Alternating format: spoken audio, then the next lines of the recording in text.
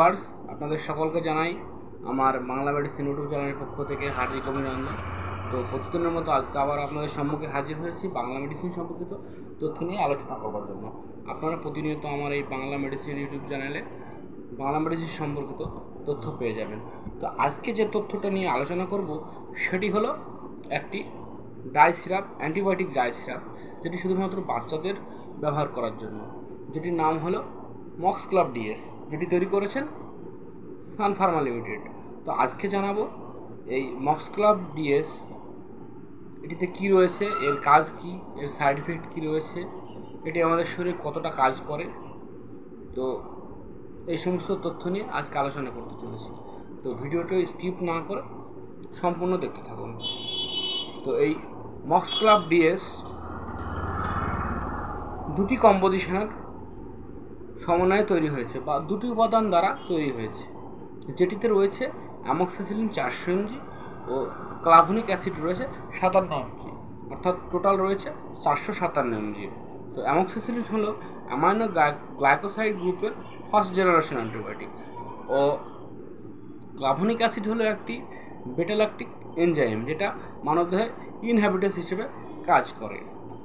তো এই দুটি একত্রিত হয়ে কি করে, মানবদেহের ব্যাকটেরিয়াকে আক্রমণ করে বা ব্যাকটেরিয়া সেলগুলোকে আক্রমণ করে, তারপর সেগুলোকে ধ্বংস করতে সাহায্য করে, অর্থাৎ ব্যাকটেরিয়াল ইনফেকশনকে দূর করতে সাহায্য করে। তো এই দুটি কম্পোজিশন একত্রিত মিলিত হয়ে কোন কোন রোগের উপরে কাজ করে। তো এই দুটি অ্যান্টিবায়োটিক একত্রিতভাবে মিলিত হয়ে ব্যাকটেরিয়াল ইনফেকশন জনিত রোগের উপরে ভালো কাজ করে বা কাজ করে থাকে, যেমন ল্যারিঞ্জাইটিস, ফ্যারিঞ্জাইটিস, টনসিলাইটিস, নিউমোনিয়া, সর থ্রোট। অনেক সময় কী হয়, ঠান্ডা লাগার কারণে দেখা যায় বাচ্চাদের গলায় ঘা হয়, সেক্ষেত্রেও এই মক্সক্লাব ডিএস খুব দারুণ কাজ করে। এছাড়াও ইউরিনারি ট্র্যাক ইনফেকশনের ক্ষেত্রে, এছাড়াও প্রোস্টেটের সমস্যার কারণেও দেখা যায় ডাক্তারবাবুরা এই মক্সক্লাব ডিএস অর্থাৎ অ্যামক্সিসিলিন ও ক্লাভনিক অ্যাসিডযুক্ত এই মেডিসিনটি প্রয়োগ করে থাকেন। এছাড়াও দেখা যায় কানের প্রদাহ, নাকের প্রদাহ, মুখগহ্বরের প্রদাহ ও ফুসফুসের প্রদাহের ক্ষেত্রেও ডাক্তারবাবুরা এই মেডিসিনটি প্রয়োগ করে থাকেন।